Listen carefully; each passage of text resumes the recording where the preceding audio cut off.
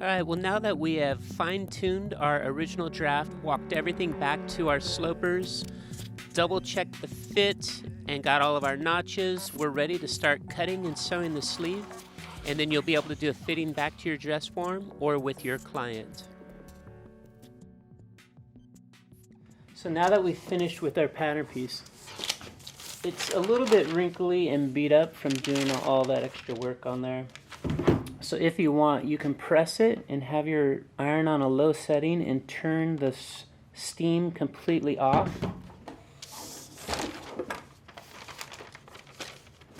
And you'll want to have the pencil side down.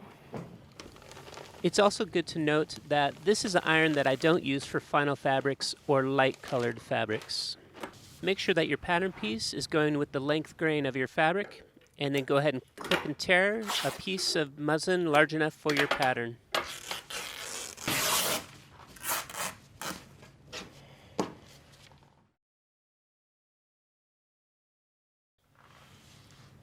So prepare your piece of muslin by taking off a thread of yarn from each edge, making sure it goes the full distance, and then up on the ironing board, the edges that are curling under, you're going to want to press those so they're flat, as well as pre-pressing your whole piece of muslin to get it ready for blocking. On the tabletop, just make sure that your length yarns and your warp yarns are square with each other. If this piece needs to be blocked, go ahead and go through that process, steam it, let it cool off, and then come back to the tabletop one last time to check the block. Double check the block. Now what we're going to do here is we want to do a light crease up in the corner at the top of the block, and this is going with the length yarns. We're going to take a pin and we're going to use this pin to pull a straight line through the center of the fabric. And then using pencil, I want to lightly dot inside of where the pin pulled through the grain, and then I'm going to use my ruler to connect those dots in a straight line, making sure that I'm still following the grain of the fabric. Then taking my pattern piece, what I want to do is I want to find where about is this bicep guideline on the muslin. So I went ahead and poked through with my pencil. And from there, again, I'm going to use a pin to pull the grain going towards me and away from me. Put some dots with my pencil, and then I'm going to square that up with the ruler. Now, because I've been handling the fabric, I want to go back and check my block and make sure nothing's wrong with it. At this stage, if it did get messed up a little bit, I would block it, press it, steam it, let it cool off before I were to continue. So taking a closer look, here's the length grain of the fabric and the center of the sleeve. I do not want to match the notch with the length grain. Then what you want to do is we want to find where's the horizontal balance line from the pattern piece as well as on the muslin, and we're going to move the pattern piece so these two will match up. And here I'm taking a pin tip and I'm holding the pattern piece in place while I double check everything is in alignment. And then I'll use that pin to go ahead and get this locked down at the top. I also will do just a little tiny bite on that first pin. That way I'm still able to pivot the pattern piece down here at the wrist. And then what I want to do is I want to go ahead and square this up, the center of the sleeve with the grain of the fabric. Once everything is in place, I'm going to go ahead and start pinning. I like to get all the corners so nothing moves right away. And then I'll come in and I'll get the curves on the armhole, as well as somewhere by the elbow and the other side of the underarm. And we're ready to start cutting. Just as a reminder here, I want to show you that the seam allowance has the shaping here at the wrist and here at the elbow. And be sure that you do not change that shaping when you're cutting your pattern pieces out. Go ahead and put some tape on the dart tip, sharpen your pencil, and poke all the way through all layers, and go ahead and darken it by poking it back through from the back side. Also, along this elbow horizontal balance line, I want to transfer that through to the muslin as well. So I'm going to go ahead and poke through right along the line. And later on, I'll line this up with a ruler on the muslin.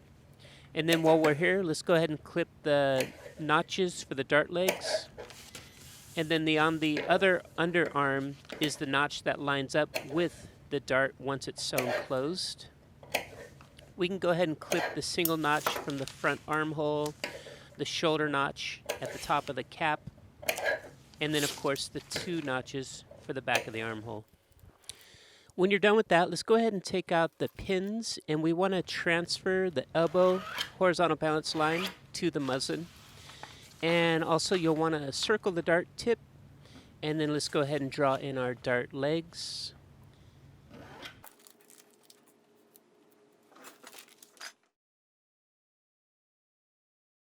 So let's take a minute now to set up our sewing machine.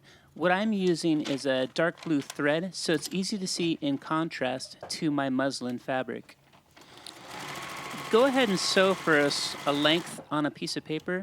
This way you're able to see the bobbin thread and the upper thread to make sure all the tensions are perfect.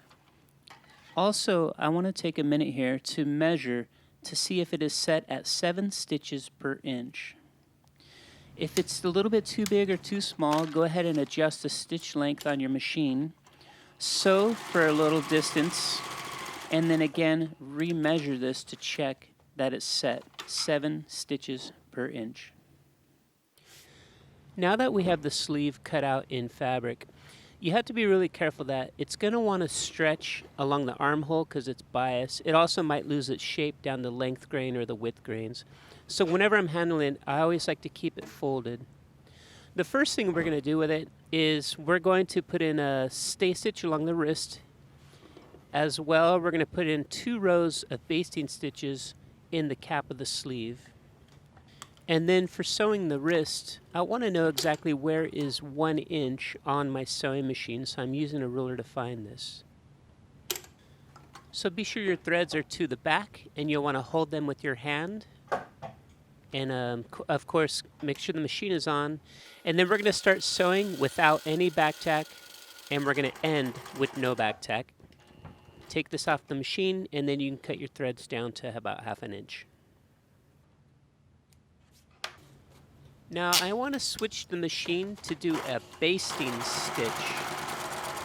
So again, I'm going to sew on a piece of paper so I can measure this and make sure it is set at 5 stitches per inch.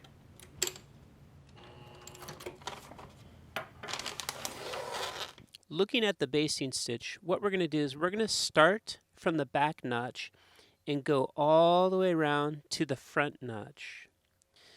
And for the basting stitch, you're going to want your threads extra long at the start. And of course, make sure you start with no back tack, and this first stitch will be at 1/2 inch. When you get to the other notch, be sure to take this off the machine with no back tack and cut the threads extra long. So let's set up for the second stitch. This is also going to be a basting stitch, and it's going to be in between the seam and the seam allowance. So this will be a 1/4 inch stitch. Again, hold the threads to the back, no back tack at the beginning, and no back tack at the end. Right here I'm being a little extra careful just to make sure I don't sew over my other threads. And as I take this off the machine, I'm going to cut the threads long as well. Taking a look at the right side of the fabric, these threads here are the top stitch threads. When I go to the wrong side of the fabric, these threads are the bobbin threads. What I want to do is I want to pull on one of the bobbin threads, and the top thread will loop to the wrong side of the fabric. And using a pin, I can hook through that loop and bring the top thread here to the wrong side of the fabric. Let's take a closer look at that. So again, I want to collect this bobbin thread, and I'm going to hold it with my hand. And as I tug on it, the top stitch thread from underneath is going to come here to the wrong side of the fabric. And then I'll use a pin to help collect that top stitch thread and pull it through. And then I'm also going to continue holding the bobbin thread with my left hand so I can cut it down to 2 inches so it's shorter than the top stitch thread. Here you can see I have both bobbin threads are short and the top stitch threads I've kept them long. This way when it comes time to gather, I know that I'm pulling on the longer top stitch threads. Let's go ahead and do the same thing to the other side as well.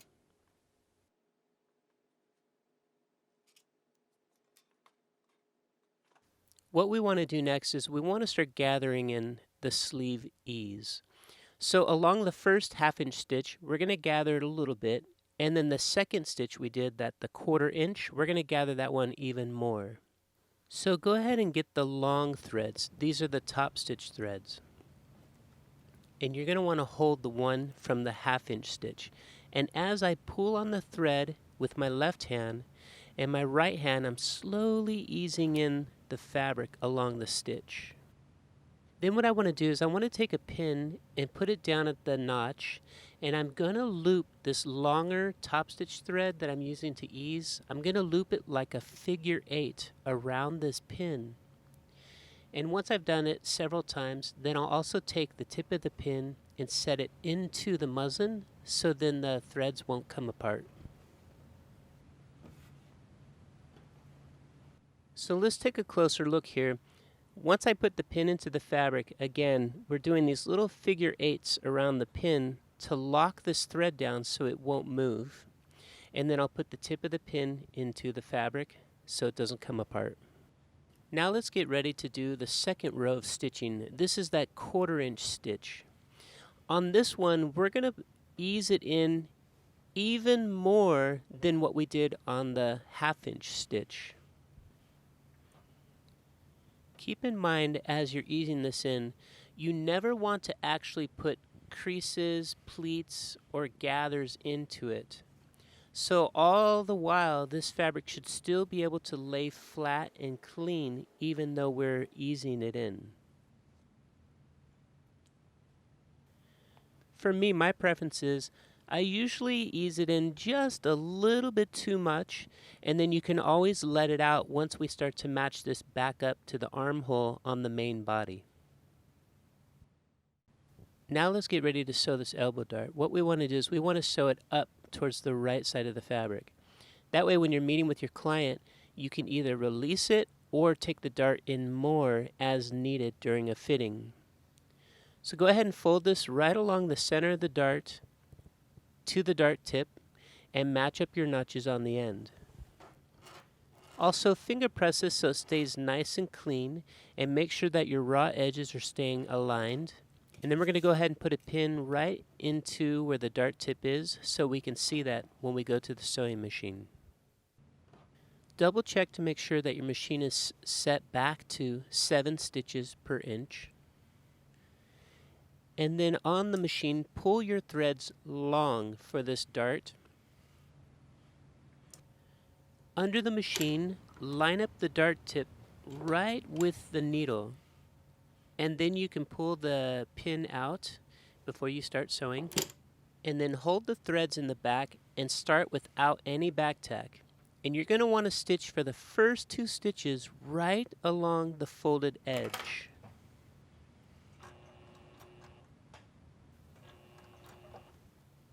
And then you can continue to sew towards your dart notches. So here you can see I'm following right along my pencil line. We'll come right up to the dart notches, ending with no back tacks.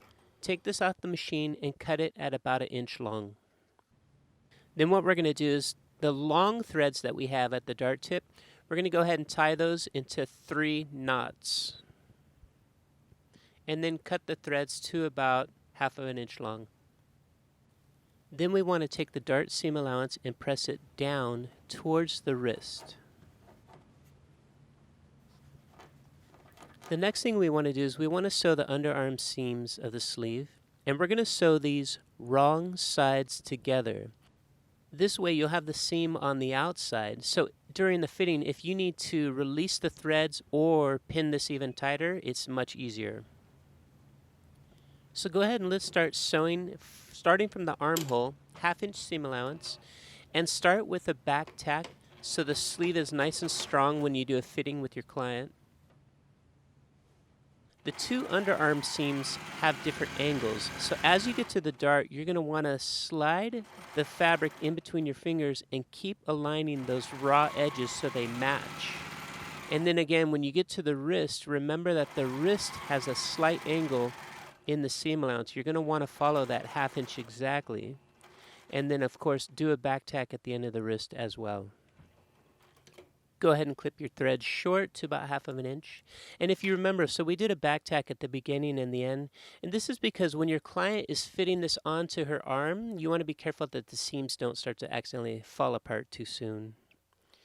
What we want to do here is we're going to take this underarm seam and we're going to butterfly press it open. So go ahead and fold your sleeve in half, centering this seam on top so it's easier to press it open.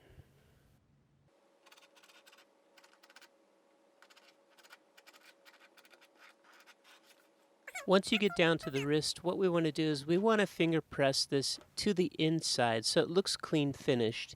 And you're going to finger press it right to the stitch. And then later on when you're doing a fitting with your client, you can always unroll this a little bit or roll it back in to get it to fit exactly at her wrist. So now let's go over to the ironing board. At home, you're going to want to be able to press this flat and open, but the width of the iron might end up creasing the edges of the sleeve, and you don't want to do that.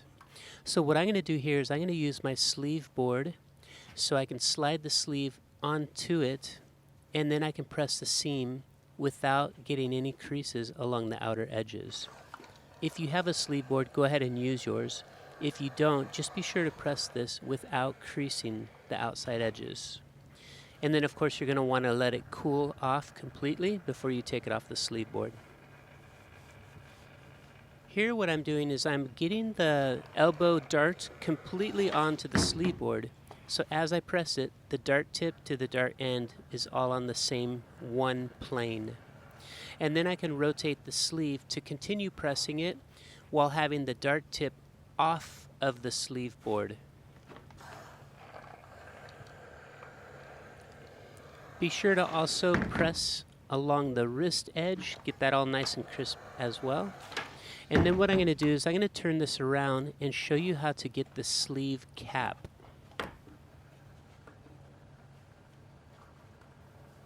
I'm pulling the sleeve all the way back to the edge of the sleeve board, and the area where we've eased the cap of the sleeve, I'm letting that cup over the back edge, and then I can come in and steam where we've eased, and then also press the cap sleeve. And I want to allow this to cool off completely before I take it off the board. At your home, if you don't have a sleeve board for pressing the sleeve, what you can use is a ham, and use the smaller side of the ham to come in and get that sleeve cap. And here you can press it and steam it and get it all nice and clean.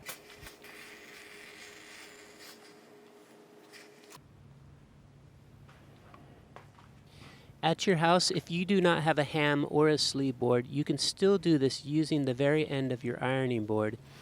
It's just not quite as easy, and it's hard to keep the sleeve nice and round. But do your best to have it hanging off the edge of the table.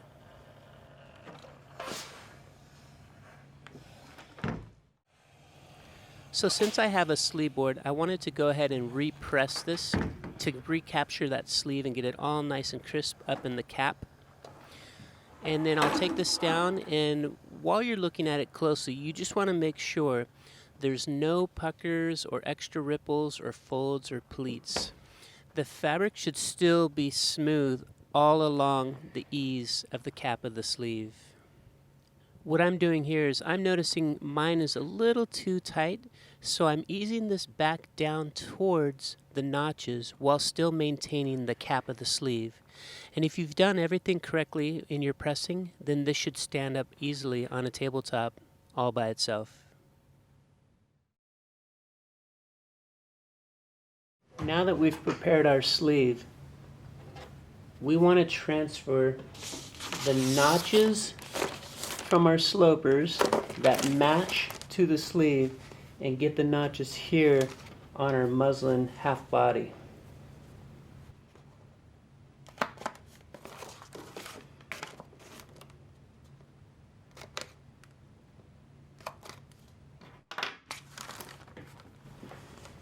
So here's the front. Keep in mind that this is without seam allowance. So when I match this back up to my bodice, I'm going to match it back up to the blue thread on here, which is my seam. So here's the armhole at the seam. Here's my front notch. And then the back. So the blue thread is here and here. And there's my back.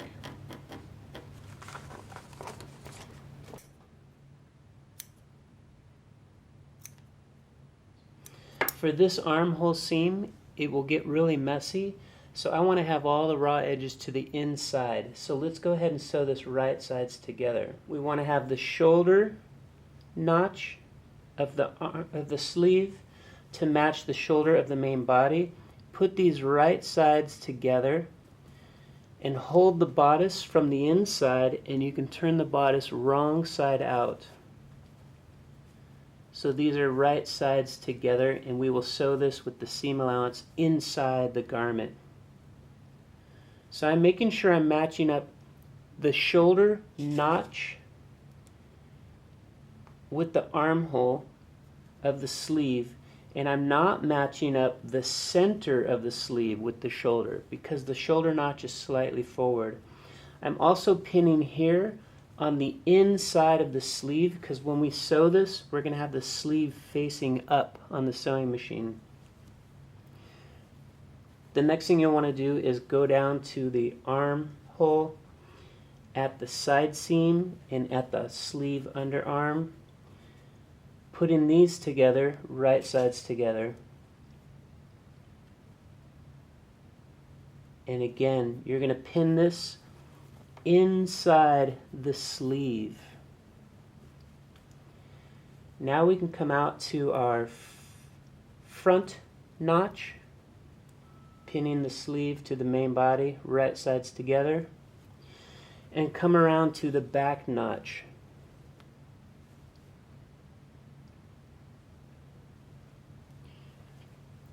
So again, I've pinned at the shoulder notch of the sleeve. I pin the side seams and the under seam together, and then it's smooth out to the front notch and it's smooth out to the back notch. Inside the sleeve cap area, this is where we have our built-in ease. So you'll notice on one side if it's a little bit tight or a little bit loose. So for me, I'm seeing here coming along the front that I need to ease even more of the sleeve because as I pull the main body tight, there's still extra here. When I'm looking at the back panel and I pull both of them tight, I can see that they fit really well. So the amount of ease that I have in here is correct on one side.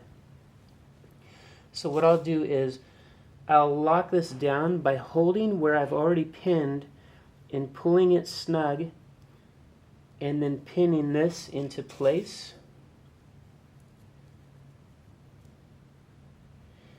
Making sure that there's no extra gathers or puckers or wrinkles. It should still be smooth the whole way, even though we're easing this in.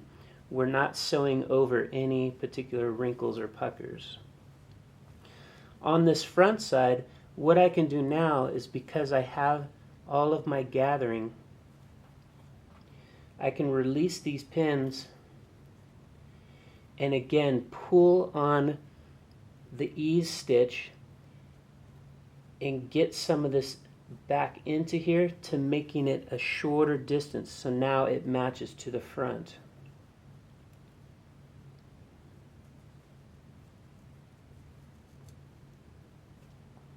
So again, I was making the sleeve distance a little bit shorter by pulling on my long gather stitch.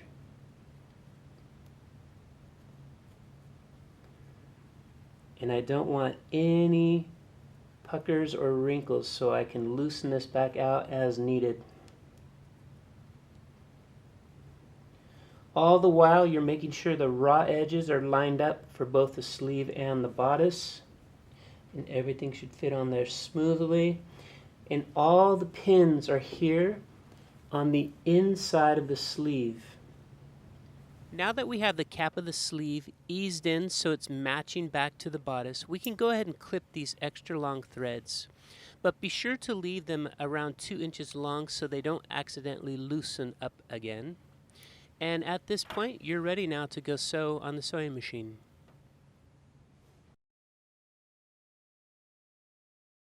Now, how you should be looking at the sleeve is it's a complete circle. And when we sew this on the sewing machine, we're going to sew it as a circle coming upwards into the air underneath the machine. So the sleeve will be here, and you're going to hold it up in the air as we sew in a circle along the machine.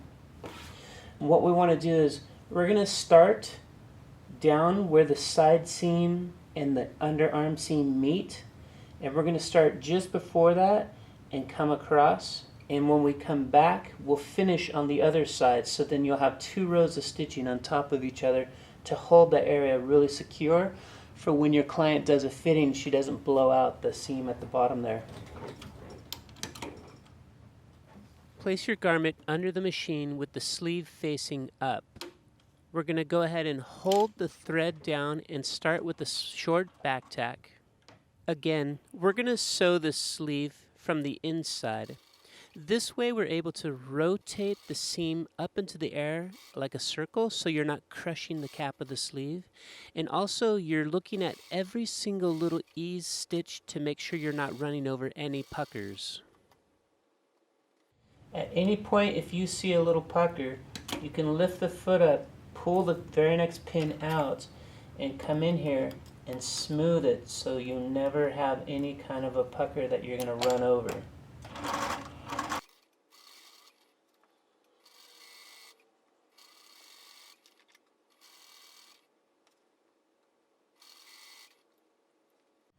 So again, you're going to want 2 rows of stitching going past the side seam and inseam.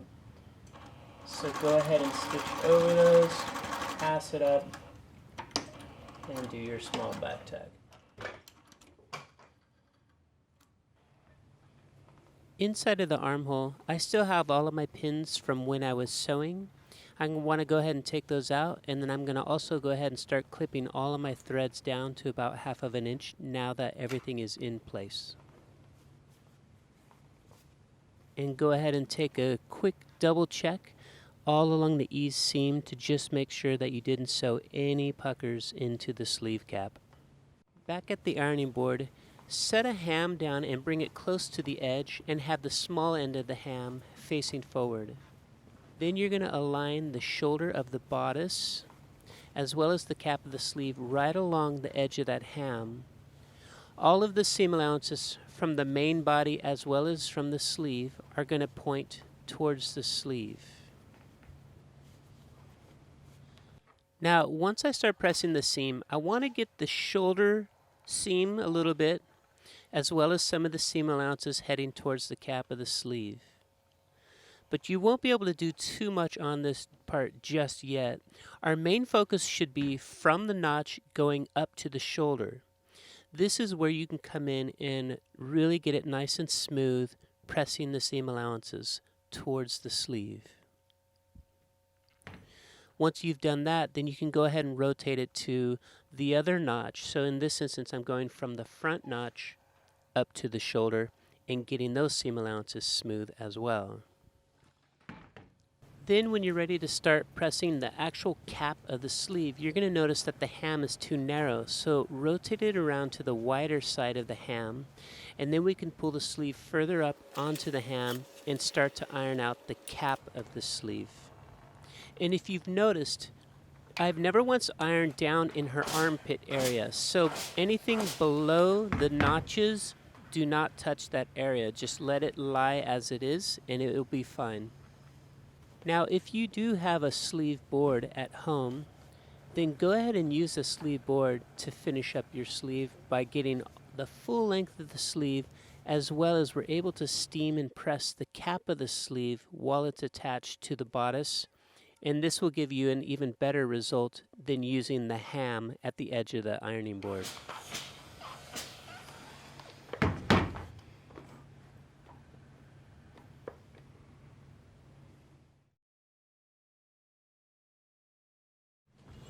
So, if the sleeve is done correctly, you'll notice that it will be slightly kicking forward. And this is correct because when somebody's standing naturally, their arm is a little bit forward and their elbow is a little bit bent. So the two things that did that is our forward shoulder notch, as well as the elbow dart, is allowing this to be more relaxed and kicked forward slightly. So that is correct. As long as everything matched on the underseam, everything matched at your back notch and front notch, and you can see the balance lines on here according to the grains. And that's a correct bodice fit right there. So then you can go back and just double check the fit with the sleeve on, the amount of ease for her to move around, answer her phone.